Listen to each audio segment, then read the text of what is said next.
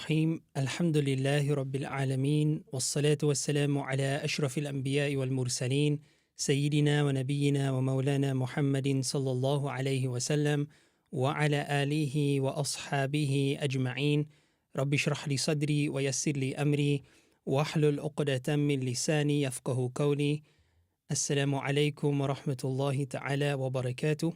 All praise and thanks are due solely to Allah subhanahu wa ta'ala. Choicest peace, blessings and salutations upon our master and exemplar Nabi Muhammad sallallahu alayhi wa ala alihi wa sahbihi wa sallam. Ahlan wa sahlan wa marhaban bikum. I welcome you back to our live video answers for Shafi'i fiqh.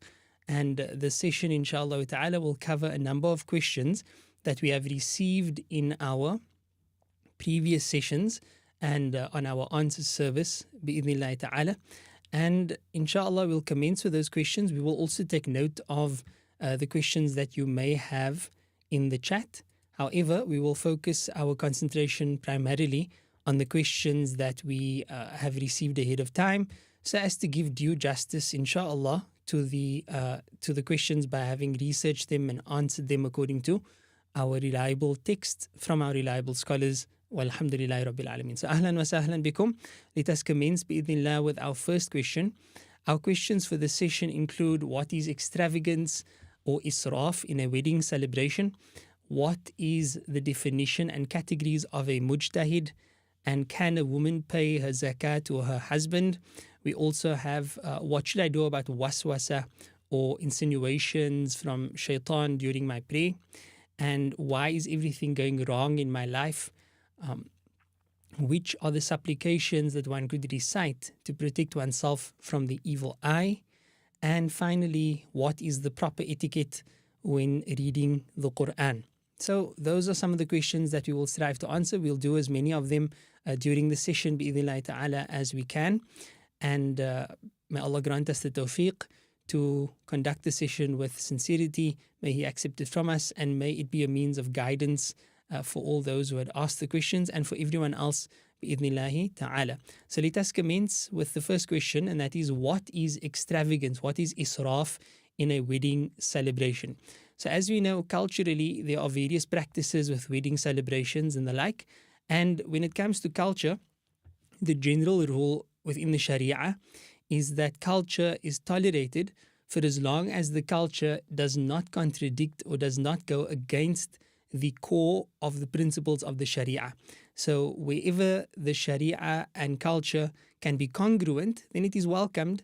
But as soon as culture or the custom of any particular people goes against the core principles of the Sharia, which of course needs to be assessed by a qualified scholar, then we would place the Sharia first and culture second. In other words, we will not give priority to culture. So the question in detail reads that my family insists that my wife and I have an elaborate wedding. They say that it is reasonable, regardless of thousands of dollars unnecessarily spent on the hall, decorations, stage, lighting, photography, etc. And they reason that they can afford it. So customarily, this is fine within this particular community. So what is the Sharia ruling in this regard?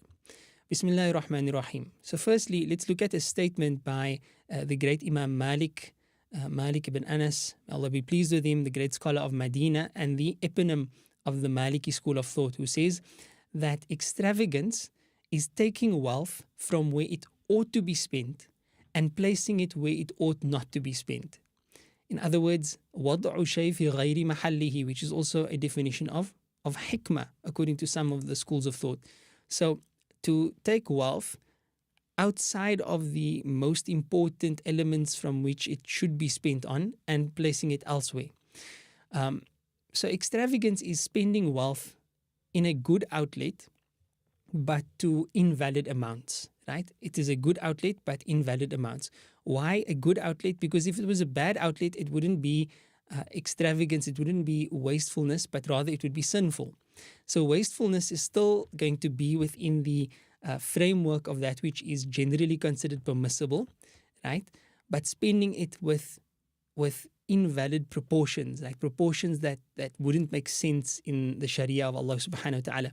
So to an extent, extravagance is relative, and it should be determined by considering sound communal custom. You do consider urf and custom in relation to this. As long as such customs are not opposed to sacred law, as we've emphasized before, Allah subhanahu wa ta'ala a'lam, Allah knows best. So the Quran specifically discourages extravagance and emphasizes the importance of moderation and balance in all aspects of life. This includes spending on consumption, on eating, on clothing, etc. Allah subhanahu wa ta'ala says, for example, Kulu washrabu wa la tusrifu. Eat and drink, but do not be excessive, do not be extravagant. Inna Allah la yuhibbul musrifin. Allah does not love those who are excessive, those who are extravagant. And He also says, subhanahu wa ta'ala, be moderate in your spending, and Allah loves not those who are extravagant. So you can find this in the Quran, Surah number 17, which is Surah Bani Israel, verses 26 to 27. The Prophet Muhammad sallallahu alaihi wasallam, he said that Allah approves 3 things for you, and He dislikes that you do 3 other things. He approves for you worshipping Him without any partners, that you unite upon the rope of Allah, right? وَاعْتَصِمُوا بِحَبْلِ اللَّهِ, and that you do not divide among yourselves. He dislikes for you to tittle-tattle, basically, abundantly asking people, so constantly asking people, and also wasting wealth. And this particular hadith is agreed upon, meaning it is narrated by both Imam al-Bukhari and Imam Muslim. Now, when we look at the wedding feast, right, the sunnah regarding the walima, the wedding feast is a sunnah, and the time of which doesn't expire, but it is recommended that the wedding feast take place according to the sunnah of the Prophet ﷺ, after the marriage had been consummated. So the sunnah is for the meal to consist of a sheep or a goat. The Prophet ﷺ would say, "Awlim walau bishatin." Do a walima or give a walima, which is a wedding celebration, walau bishatin, even if it be with one sheep or one sacrifice. So whatever you can manage to do, it is good, firstly, to have a wedding celebration and to spend some of one's money on that. Bi'idhnillahi ta'ala, it is a happy celebration, it is a happy occasion. Then what should one serve as far as permissibility is concerned? Whatever food is readily available and is permissible, this should be served bi'idhnillah. And then the Prophet ﷺ also gave guidance, and this is very important. While he did say give a wedding celebration, he also said that the best wedding celebration in terms of barakah, in terms of blessings, is that which is simpler and that which is more basic as far as spending is concerned, right? The barakah, meaning the blessings that one can derive therefrom, is going to be more if we keep it simple, if we keep it straightforward, if we keep the budget low, inshallah. So yes, sometimes people spend thousands upon thousands for this purpose, for the purpose of a wedding celebration, and often there are malpractices, there are practices against the Sharia in relation to this, including wastefulness, including not inviting the needy, the poor, but only inviting affluent people and so on. And this would be incorrect. However, one should still celebrate the wedding because it is a sunnah, spend some money on it because it is a sunnah, and then make sure that the intentions are in place, inshallah. So if the intention behind spending such an amount is to show off, right, if it is for ostentation, then this will be regarded as sinful.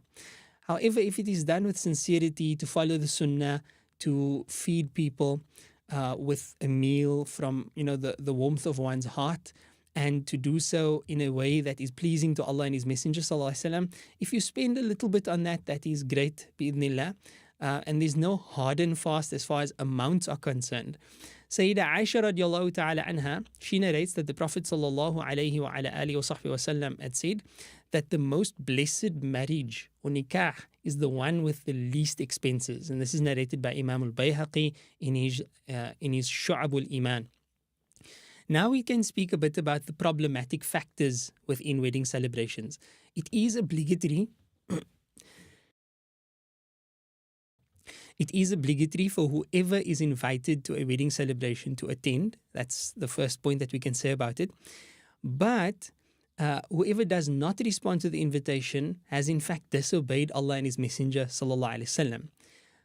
So that's in place, right? It is obligatory to respond to the invitation. However, responding to such an invitation is only obligatory if certain conditions are met. So the Shafi'i madhab, Imam Nawawi's writing in particular, outlines these conditions. So these conditions would guide us as much as it guides us to whether we should accept the celebration invitation or not. It also guides us as far as the guidelines and limitations of spending on such celebrations are concerned. So one of the conditions is that the host not have invited the rich to the exclusion of the poor. So if there's no consideration for the poor and the needy, but only rich and affluent people within society are invited, then one does not have to respond to such a wedding invitation. Similarly, you can also understand that if you're spending on a wedding celebration and not including the less privileged, then a similar type of prohibition should be taken into consideration. Then that the invitation be for the first day of the wedding feast. Some cultures hold wedding feasts over several days. If the invitation is for the first day, it is obligatory to attend. But if not, then it's still permissible to celebrate for 3 days, right? Which is still part of what is allowed. But it would not be obligatory to respond to such an invitation if it is for the second day and the third day and so forth. And it is offensive to do so. It is offensive to respond to the invitation if it is beyond the second day. Then, if the motive for attending is not to be the fear of the host or the desire for the prestige of having attended, right? If your motive is because you fear the host's wrath or something of the sort, or you desire for the prestige of, I attended that particular wedding, then that is not a good reason to attend a wedding at all.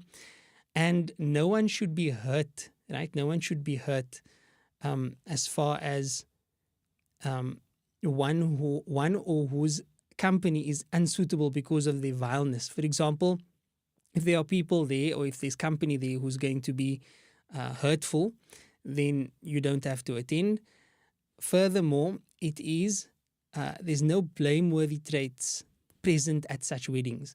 Now, this is one that can also guide us tremendously as far as expenditure is concerned, because if there are prohibited factors within the wedding celebration, such as flutes, wine, silk-covered mats, pictures of animate life on the ceilings, the walls, on the pillows that are upright, etc., decorations and arrangements that are incongruent or impermissible as far as the Sharia is concerned, then that will render the invitation sort of null and void, like you have no obligation to respond to such an invitation whatsoever. So similarly, if people spend money on a wedding celebration in impermissible avenues, in other words, they spend money on the band or on music or on decorations that are impermissible, then again we can understand that is going to be israf. So with that said, you can see that there's no hard and fast, there's guidelines. The first guideline is that the wedding celebration is recommended, and the Prophet ﷺ actually, sort of praised this. He said, give a walima even if it be with one sheep. He gave a recommendation in terms of what should be served, and this is just the recommendation. You can serve any permissible food. Then he also told us, sallallahu alaihi wasallam, that the wedding celebration with the most blessings are the ones that are least in expenditure. So you don't spend much. It's more about people coming together and being happy for the couple, being happy for the family, and celebrating around some food and feeding the needy, the underprivileged in society. And then lastly, the prohibitions against haram or impermissible factors within the celebration. Those are our guidelines. If the expenditure goes beyond what is customarily acceptable, customarily celebrated, then this too can be a red flag that perhaps we are being wasteful or extravagant. I would like to add another factor, that if you see that after the wedding celebrations of a community in general, there is lots of waste. So there's lots of food that goes to waste. There's lots of expenditure that goes to waste. Then it is to be understood that the tradition or the culture there should be adjusted so that there is less waste, or possibly even no waste, by making sure that whatever is remaining, whatever is left over, is given to the poor and needy. Wallahu subhanahu wa ta'ala a'lam. So that covers our first question. Walillahi alhamd. We can now proceed to the second question, which is what is the definition and what are the characteristics or categories of a mujtahid according to sacred law? So Bismillahir Rahmanir Rahim. What is the definition and categories of a mujtahid according to sacred law? First and foremost, a mujtahid. What is a mujtahid? A mujtahid is an Islamic scholar who has achieved the highest level of expertise in interpreting sacred law. And when we say highest level of expertise here, the mujtahid is qualified to derive legal rulings, so ahkam, from the primary sources of Islam. So the Quran, Sunnah, and other sources of sacred law, which we learn about in the subject known as usulul fiqh. And they can also apply legal maxims, right? Qawaidul fiqhiyya, in order to derive understanding or to describe sacred law or even to derive sacred law as well. This is, in its absolute sense, what we refer to as a mujtahid.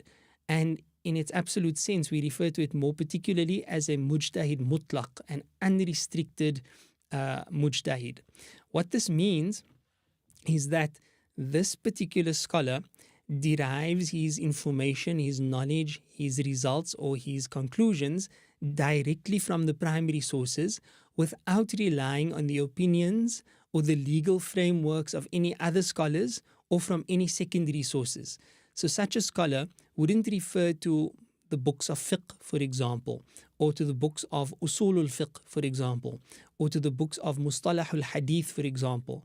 This scholar would be directly capable of applying himself or herself on the primary sources, so the Quran and the Sunnah, and be able to derive principles therefrom and create, right, metaphorically speaking, of course, because Allah is the lawmaker, but to derive the laws from scratch based on a legal framework that he or she is able to derive and firmly plant themselves.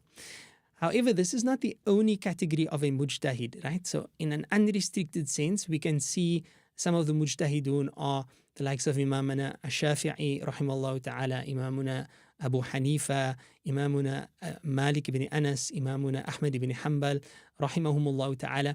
Those are four examples. They're also the eponyms of the four schools of sacred law within traditional Sunni Islam. But there were others as well who were also independent mujtahidun, or as we said, mujtahid mutlaq.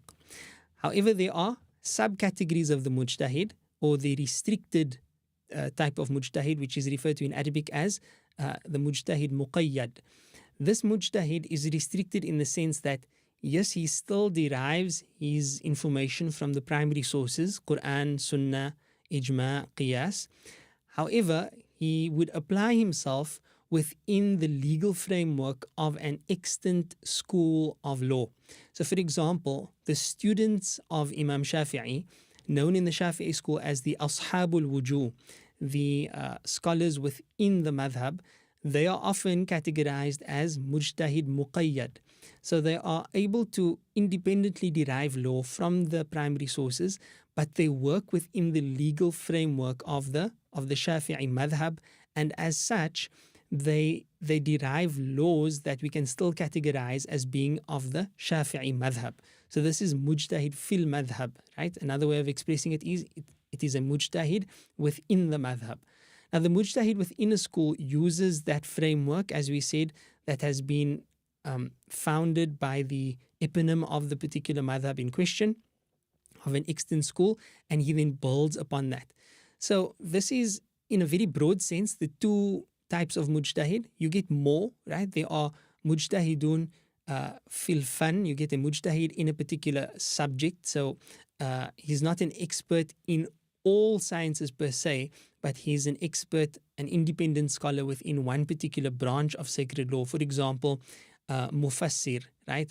Or he's an expert in rijal, so the knowledge of the biographies of the narrators of ahadith. But more importantly, I think a lot of the questions about ijtihad and who is a mujtahid would stem from some of the misconceptions within society in relation to the qualifications of a mujtahid. So let's look at that in brief, inshallah.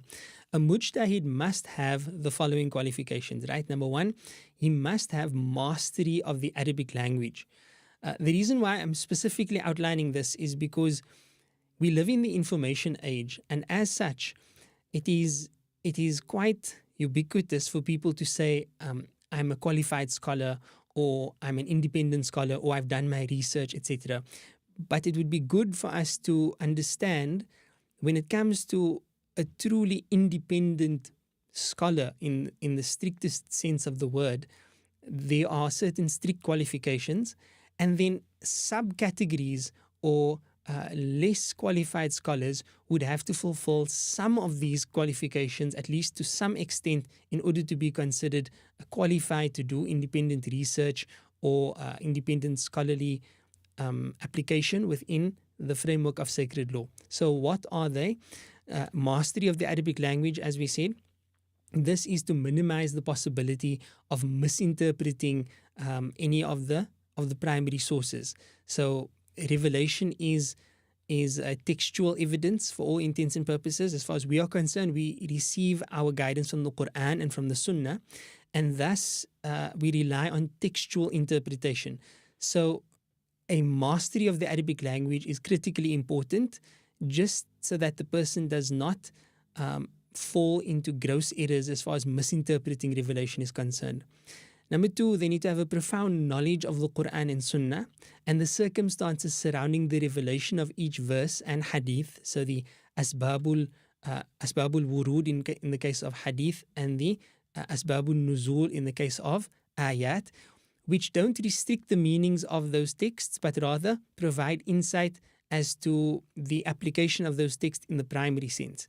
So together with full knowledge of the Quranic and hadith commentaries and control of all the interpretive techniques that we already covered in the first point, which is mastery of the Arabic language.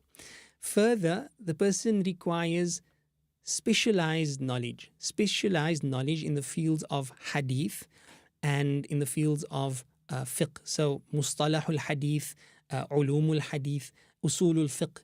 These sciences, which consist of various branches, they provide a scholar with interpretative tools. So the scholar now has a framework with which to go to the primary sources and derive the law.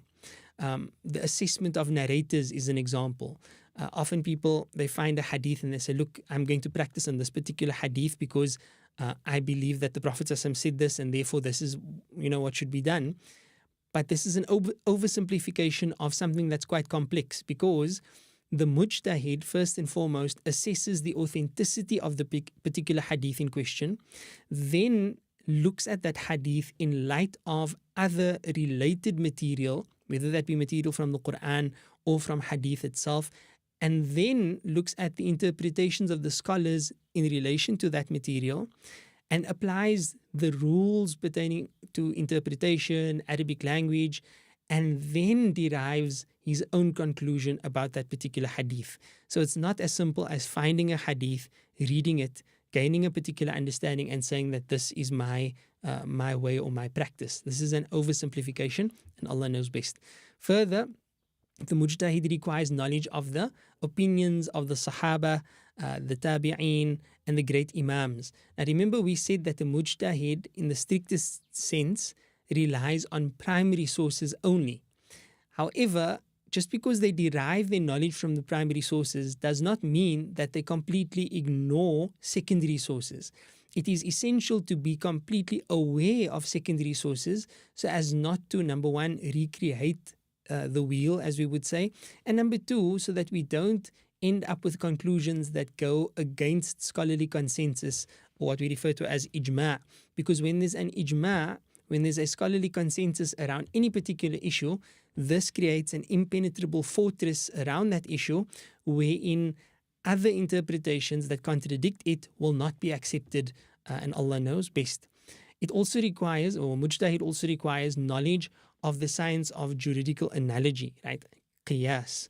Analogy is, a applying the ruling of an older case onto a newer case because of a ratio legis that they share in common. And as simple as that may sound, the conditions and the types and the application thereof is quite complex, and it requires in-depth knowledge, especially of the science known as usulul fiqh, or Islamic legal theory. Then further, one mujtahid rather would require knowledge of one's society and public interests. So this is about maslaha, knowing what is in the best interests of society, knowing what would be appropriate for society. And while we are not speaking about this directly, but this also sheds some light on the importance of consulting your local scholars. So wherever you are from, there's a trend because of, again, the information age, to follow scholars who basically are now international celebrities. They are well known around the world, and mashallah, probably because they're doing great work. And that's all good. But often fatwa and rulings, they have a certain level of flexibility within them. Not all rulings, but some rulings. So if one applies a fatwa from, for example, a predominantly Muslim country onto a minority Muslim situation, then you may end up with more problems than you've solved. So because of this, it is necessary for people to generally always consult their local scholars, even though they can consult other scholars as well. But there's wisdom, there's hikmah in consulting local scholars, so as to take the maslaha, the best public interest of your own society, into consideration, and Allah knows best. And then ultimately, the mujtahid should have general knowledge of the objectives of the sharia, right? What we refer to as the maqasid of the sharia. Now, maqasid, or the sharia's objectives, is again one of those topics that has unfortunately, received quite negative reception within traditional Islam because of its abuse. Meaning, often, you have people with ulterior motives employing certain traditional methodologies like maqasid, like the objectives of the sharia, but for a motive that is not congruent with the framework of the sharia. So when we speak about maqasid here, we are speaking about the traditional, the classical sense of the objectives of the sharia, which wouldn't, generally speaking, be incongruent with the basis of the sharia, meaning the Quran, the Sunnah, Ijma, and Qiyas, and Allah knows best. And then finally, it is necessary that a mujtahid have a high degree of intelligence, personal piety, and the person needs to have a relationship with Allah subhanahu wa ta'ala, as well as having imbibed the Islamic virtues of compassion, of courtesy, of modesty, etc. A scholar who has fulfilled these conditions can be considered to be a mujtahid, depending on the level of attainment of these sciences, an independent scholar within sacred law, and is therefore not obliged or even permitted, depending again on the level of knowledge, to follow an existing authoritative madhab. So some imams were saying this when they forbade the followers. Like Imam Shafi'i, for example, would say that his followers must follow the words of Rasulullah sallallahu alaihi wasallam and not his words, right? If you find a hadith that contradicts my words, and I'm paraphrasing, then throw my words against the wall, follow the words of the Prophet sallallahu alaihi wasallam. And ordinary Muslims would read such statements thinking that, okay, so if I find a hadith and it contradicts the opinions of Imam Shafi'i, then I should discard the opinions of Imam Shafi'i and follow this hadith. But this message, this instruction, is not meant for an ordinary Muslim who has no knowledge, or very little knowledge rather, of the intricate sciences that we've discussed.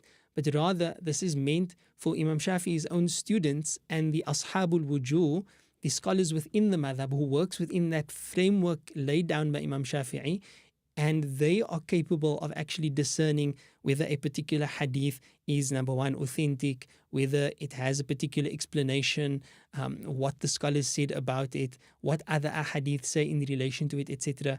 And they would then be able to see whether their teacher, Imam Shafi'i, perhaps made a mistake or didn't take this into consideration, and they would act accordingly. And we see this. We see this in the Shafi'i madhab, and we see this in other madhahib as well.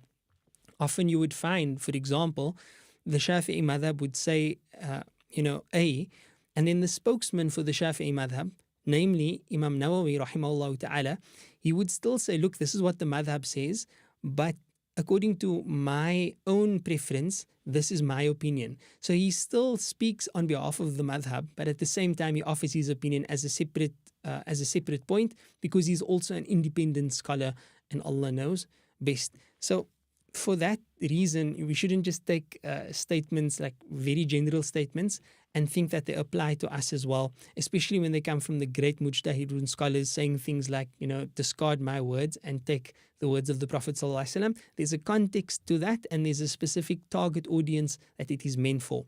So for the much greater number of scholars whose expertise has not reached such, high levels, it may be possible to become a mujtahid within the madhab. It may even be possible for a scholar to become a mujtahid within a particular bab or particular chapter of Islamic sacred law. And this would be up to the scholars to decide. And therein he can become an independent scholar. But generally speaking, what we're sitting with in contemporary Islam is that most Muslims and most scholars work within the framework of a madhab, or perhaps more than one madhab in certain instances, but within the framework of a madhab. As for the independent mujtahidun, Allah knows best, but it appears that we don't have independent mujtahidun any longer to the level of the great mujtahidun of the past, but we certainly do have experts within particular fields and experts within particular subsections of the law. Wallahu subhanahu wa ta'ala a'lam. So I hope that has answered the question, inshallah, about what is a mujtahid and what are the different categories of a mujtahid. We pursue the next question, and that reads as follows. Can a woman pay her zakah to her husband? Can a woman pay her zakah to her husband? So I assume from the question that this is in relation to a lady whose husband is impoverished. He is not able to provide, or he doesn't have the necessary sustenance to provide for his family, whereas she may be affluent. So in relation to her having to pay zakah because she has a certain amount of wealth and she qualifies to pay zakah, can she give a zakah to her impoverished husband? So there's differences of opinion about this particular issue. And for the Shafi'i school, the ruling is that one may give zakah to one's family members as long as one is not obliged to support those family members. So for example, a father may not give his zakah to his son because he is obliged to support his son. Similarly, a child who reaches adulthood and earns, and his parents, for example, they reach old age, he cannot give his zakah to his parents because he is obliged to support his parents. Just like that, a husband may not give his zakah to his wife because he is obliged to support his wife. The wife, on the other hand, is not obliged to support the husband, and because she is not obliged to support the husband, she may rightfully give the zakah to her husband, and that would be valid for her, and Allah subhanahu wa ta'ala knows best. There are a hadith in support of this. Abu Sa'id al-Khudri radiallahu ta'ala anhu, he narrates that when the Prophet sallallahu alaihi wasallam commanded a woman to give in charity, Zainab, the wife of Abdullah ibn Mas'ud, came to him and said, O Prophet of Allah sallallahu alaihi wasallam, today you told us to give in charity. I have some jewelry and I want to give it in charity. But Ibn Mas'ud claims that he and his child are more deserving of my charity. So the Prophet ﷺ said to him, Ibn Mas'ud has spoken the truth. Your husband and child are more deserving of your charity. So this hadith clearly shows a case of this nature. And Ibn Hajar al-Asqalani, rahimahullah ta'ala, he has commented saying that this hadith indicates that it is permissible for a woman to give her zakah to her husband, and this is the view of the the Shafi'i school. It's also the view of other mujtahidun. But there are differences of opinion within the rest of the madhahib. So consult your scholars if you are not following that the Shafi'i madhab, and Allah knows best. I think that basically suffices as far as that question is concerned. It's quite a straightforward question. So we can proceed bi'idhnillahi ta'ala to the next question, which is one of those unfortunate but ubiquitous questions nonetheless, and it is in relation to waswasa. Now, a waswasa is translated as whispers from shaitan. It appears in Surah An-Nas, الَّذِي يُوَسْوِسُ فِي صُدُورِ النَّاسِ, that shaitan is the one who whispers into the hearts or into the chests of people. Waswasa is regarded in modern language as OCD, obsessive compulsive disorder, and it is a more specific element within this broad sense of OCD. But it is important to note that when we speak about OCD in modern psychological terms, which I'm not qualified to speak about at all, it may be sharing some of its elements, but as far as the Sharia is concerned, OCD is not going to be necessarily 100% applicable, because there's an element of the metaphysical. In other words, there's an element of the unseen. So in psychological terms, it may just be purely a psychological element, whereas within sacred law, it is broader than that, because there's an element of the unseen. There's an element of shaitan and his insinuations and his whispers and distractions. Another term that has been utilized for this, which I think would probably be more applicable, and Allah knows best, is religious scrupulosity, where somebody becomes very scrupulous about the religious matters. This can manifest itself in several ways. From what we've seen, and we, on this Answers Forum, we do receive many questions in relation to this, because I suppose shaitan is very busy. And in a world of distraction, and in a world where our minds are bombarded with an overload of information, it's easy for minds to fall down this rabbit hole. And what it does, a person becomes obsessed with the idea that something hasn't been done correctly, or that a mistake was made, or that he hasn't met a particular condition. It sometimes takes place within istinja, where a person believes they haven't washed their private parts correctly, or that there may still be a trace of something. It can take place within wudu, where a person believes that they haven't washed a limb correctly and they need to re-wash a particular limb, or they're not sure if they washed a particular limb. Or it can take place within salah, where a person believes that they haven't formulated the intention correctly, or they haven't pronounced a particular letter correctly, or they made a sound and perhaps it broke their prayer, or perhaps they didn't pray, the second raka'ah, so they're unsure whether they're in the third or the fourth raka'ah. It can take place in statements. So people are scared that they uttered words of divorce, right? Even though they said nothing in relation to divorce, but the thought came across the mind.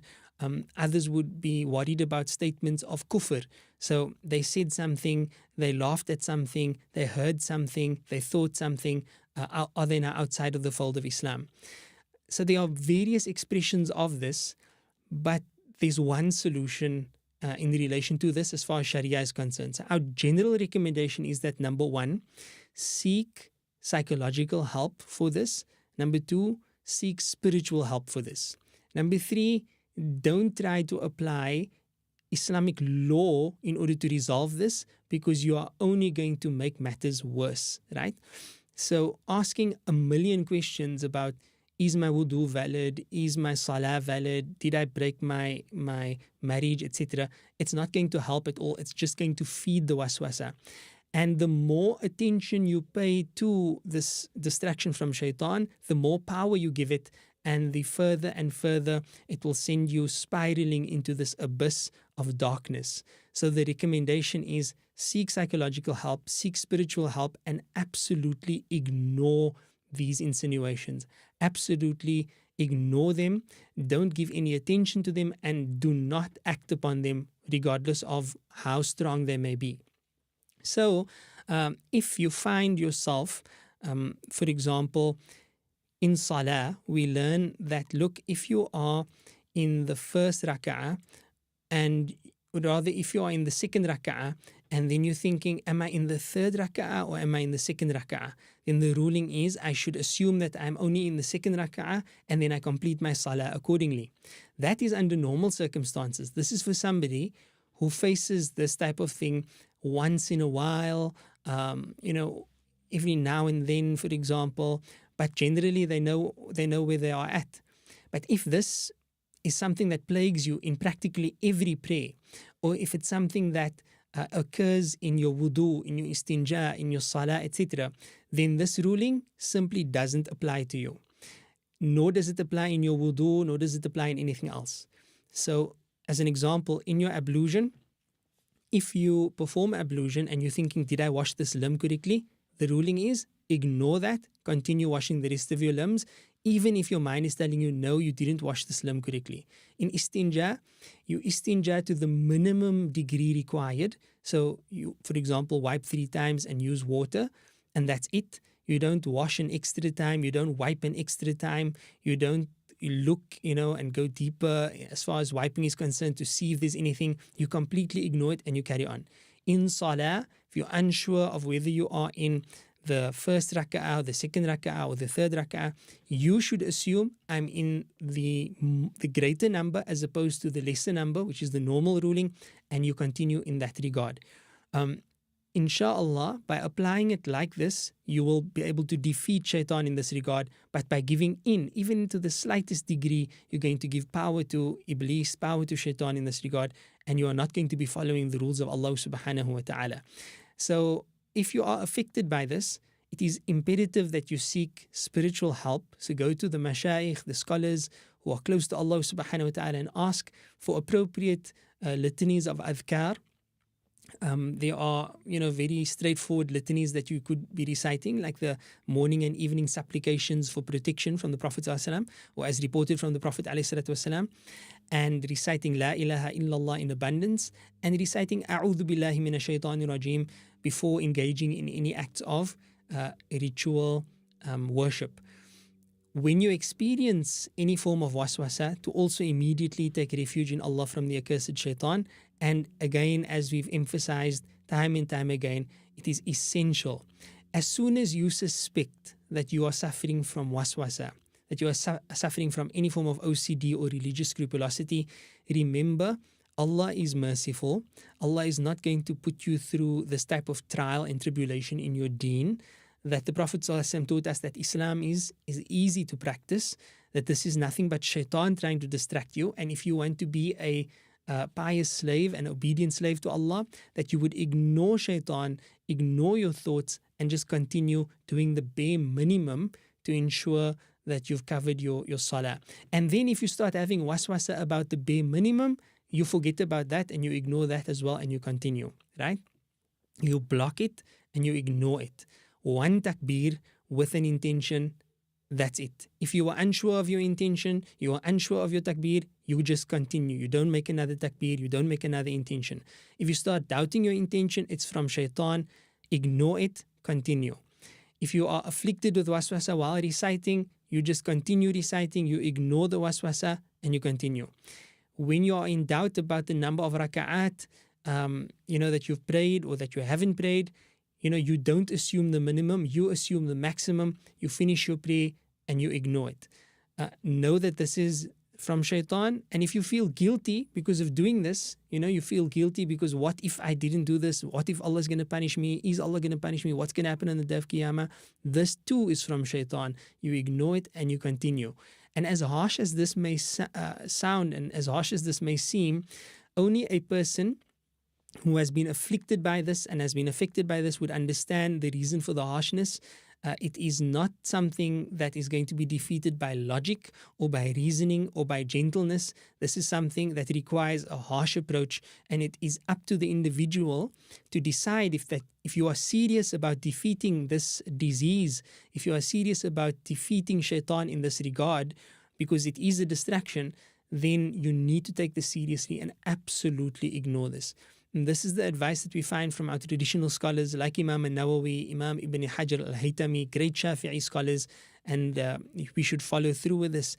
both classical as well as contemporary scholars in relation to this. And when you learn fiqh and you study fiqh, understand that your case, right, because you suffer from waswasa, you are always going to be an exception to the rule. So wherever the fiqh mentions, if there's a doubt here, if there's a doubt there, then do this, then do that, it doesn't apply to you until and unless you have completely defeated this waswasa, and Allah knows best. So may Allah have mercy on us and grant us afiyah in this life, so that we can be free from these doubtful whispers of shaitan, and may Allah protect our ibadat and not allow us to be distracted by the evil plans and plots of Iblis. Ameen Ya Rabbal Alameen. So we will stop at that for the waswasa question, and we will try to do a few more questions bi'idhnillahi ta'ala. The next question reads, why is everything going wrong in my life? Subhanallah. Why is everything going wrong in my life? I'm smiling not because of the nature of the question, but rather because of the thought that someone, feels this way. Because in the world we are living in, it's easy to imagine, feeling this way. Even if you yourself, you don't feel this way, but it's easy to imagine somebody feeling this way because every news story is a bad news story. And there are so many different elements that may seem as though there's no hope and that everything is going wrong. But I'm also smiling because as believers, the very fact that we are believers and that we are alive is indicative of the fact that everything is not going wrong. The fact that we are alive and the fact that Allah has chosen us to be people of Iman is a sign that, number one, Allah loves us and that Allah wants good for us. Then thirdly, asking this question, we need to understand that there's some introspection required in our lives. So may Allah reward you for wanting to address, things Islamically and for turning to Islamic guidance in this regard. But first, I'll ask that you change your perception. And instead of asking, why is everything going wrong in my life? Ask, how much of my life is actually going completely right? Okay? As believers, when things don't go right in our lives, the two most important steps in correcting this is first, ensure that your Iman is strong. And second, ensure that your practice, in other words, your daily actions, that is in order. If you have haram in your life, then understand that things seem to be going wrong in your life, not because of the things that happen to you, but because of your actions and because of your response to those things. We are not responsible for what happens to us, but we are responsible for our responses to those actions or to those things. For example, if you look at Surah Al-Fajr, Allah subhanahu wa ta'ala says that وَالْفَجْرِ وَلَيَالٍ عَشْرٍ وَالشَّفْعِ وَالْوَتْرِ وَاللَّيْلِ إِذَا يَسْرٍ هَلْ فِي ذَلِكَ قَسَمٌ لِذِي حِجْرٍ أَلَمْ تَرَ كَيْفَ فَعَلَ رَبُّكَ بِعَادٍ إِرَمَ ذَاتِ الْعِمَادِ التي لم يخلق مثلها في البلاد وثمود الذين جابوا الصخر بالواد وفرعون ذي الأوتاد الذين طغوا في البلاد فأكثروا فيها الفساد فصب عليهم ربك سوط عذاب إن ربك لبالمرصاد. Then فأما الإنسان إذا ما ابتلاه ربه فأكرمه ونعمه فيقول ربي أكرمن. As for humans, when Allah favors them and honors them, then they say, my Lord has honored me, my Lord has been generous to me, my Lord has given me nobility. وأما إذا ما ابتلاه فقدر عليه رزقه فيقول ربي أهانن. And as for Allah tests them and restricts their sustenance upon them, then they say, oh, my Lord has disgraced me. Then Allah says, كلا بل لا تكرمون اليتيم. No, you have not honored the orphan, and you have not been generous to the orphan. وَلَا تَحَاضُّونَ عَلَى طَعَامِ الْمِسْكِينِ. And you have not encouraged the feeding of the poor. وَتَأْكُلُونَ التُّرَاثَ أَكْلًا لَمًّا. And you've consumed wealth in abundance. وَتُحِبُّونَ الْمَالَ حُبًّا جَمًّا. And you love wealth in abundance. And I may be missing out in ayah 2 because I'm quoting off the cuff, but the concept here is quite clear. Here this person is complaining, Allah did this to me, Allah did that to me. And then Allah changes the narrative around and says, no, it's not about what is being done to you. What have you done? Have you done your part as far as righteousness is concerned? Have you done your part as far as being good to others, is concerned? In other words, it's less important for you to look at what's happening to me and what Allah is doing to me, but more important for you to look at how am I being to others and how am I responding to the test that Allah has put me in. So here Allah has restricted the person's rizq, meaning they have less, and then Allah says, but you have not honored the poor, you have not encouraged the feeding of the poor. So even though you don't have, you can still do good by encouraging others to do good. So the point here being that while things and events may not be going our way, because Allah tests us and this is the world of test, what certainly doesn't change is that we are responsible for how we respond to whatever it is that happens to us. And we need to turn to Allah subhanahu wa ta'ala to grant us the tawfiq and to give us the ability to respond correctly. We also need to understand the relationship between good deeds and recompense. Understand that our good deeds, our being good human beings, they are not like a direct bartering, with Allah. So if I do my salah, if I give my zakah, if I fast in Ramadan, if I go on Hajj, then I'm just supposed to receive prosperity. I'm supposed to receive lots of money and good health, and my family is supposed to be all good because I'm a good person. But this is not the way that deen works, right? Deen, this agreement between us and Allah, is not meant to be recompensed here in this world. This is not the abode of justice. This is the abode of tests. Rather, Allah says, Maliki yawmiddin. He is the owner of the day of deen, the day of recompense, because justice will take place and justice will be served on the day of judgment. And there we will find full recompense for our goodness, right? فَمَنْ يَعْمَلْ مِثْقَالَ ذَرَّةٍ خَيْرًا يَرَى وَمَنْ يَعْمَلْ مِثْقَالَ ذَرَّةٍ شَرًّا يَرَى. Whoever does an atom's weight or a mustard seed's weight of good will see it on that day. And whoever does an atom's weight or mustard seed's weight of evil will see it on that day. So we need to understand that, it's not because I'm good or I think I'm a good person, therefore I'm owed good treatment by Allah subhanahu wa ta'ala. Further, when things go sort of south, when things don't sort of work the way we would like them to work, or when things don't pan out in the way that we would prefer, understand that the Prophet ﷺ also taught us that for as long as we respond in a befitting manner, meaning a manner that befits a believer, that he said, sallallahu alaihi wasallam, إِذَا أَحَبَّ اللَّهُ قَوْمًا إِبْتَلَاهُمْ. When Allah loves a people, He tests them. He tests them, and sometimes the tests are severe. In fact, the closer we are to Allah subhanahu wa ta'ala, the more severe the tests may be. This is why those who experienced the most intense tests were the Anbiya, the prophets and the messengers, and then those after them, and then those after them. So perhaps Allah is testing you, and it appears that things are going wrong because of your closeness to Allah subhanahu wa ta'ala, and that He's testing you. On the converse side, if it is, this is actually what I started out by saying, if it is that in your life you are committing haram and you are not doing what Allah Ta'ala expects of you, then you should also understand that sometimes, for believers especially, Allah may make you taste some of the consequences of your actions in this world, so as to alleviate you from those consequences in the world you're after. And we as believers would much rather take the difficulties of this world than to take the difficulties of the world you're after. For example, the Prophet ﷺ said, no affliction afflicts a believer to the extent that even a thorn prick that touches a believer, except that Allah Azza wa Jal, through that difficulty, through that tribulation, will wipe away some of the person's bad deeds, and when all the bad deeds are gone, will then elevate that person's status in the akhirah. So in essence, when we are tested, we should practice sabr, right? Meaning we do the right thing in the face of adversity. That would be, a practical sense of sabr. And number two, we turn to Allah Azza wa Jal with the understanding that this is from Him, as a test from Him subhanahu wa ta'ala.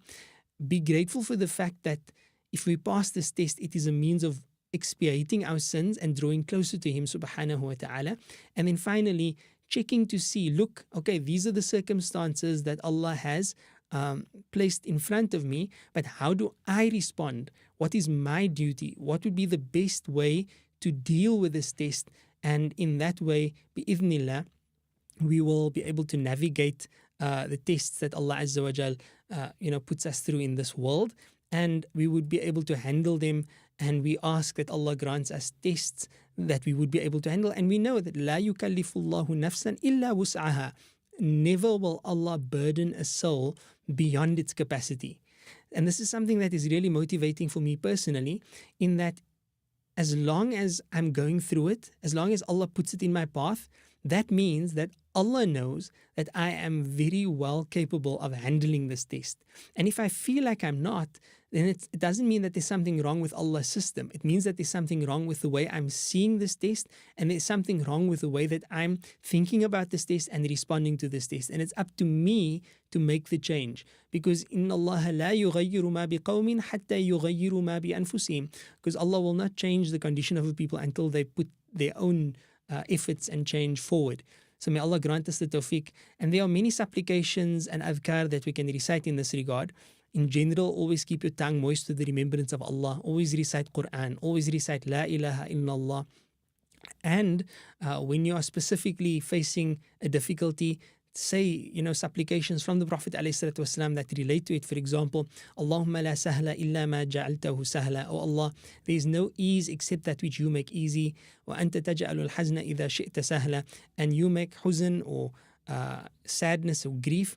If you want, you can make that also easy. May Allah subhanahu wa ta'ala grant us ease in our affairs and grant us ability to overcome the tests that He places before us and allow us to pass those tests with flying colors. Ameen, Ya Rabbal Alameen. May Allah grant us to be from among those who draw close to Him and draw near to Him, and make our lives in this world good, but more importantly, make our lives in the world hereafter even better than that, in the sense of Jannah and salvation from the fires of Jahannam. Until next time, inshallah. Jazakumullahu khairan for joining us. Wa sallallahu ala Sayyidina Muhammad. Subhanallahi wa bihamdi. Subhanak Allahumma wa bihamdik. Nashhadu an la ilaha illa anta. Nastaghfiruka wa natubu ilaik. Assalamu alaikum wa rahmatullahi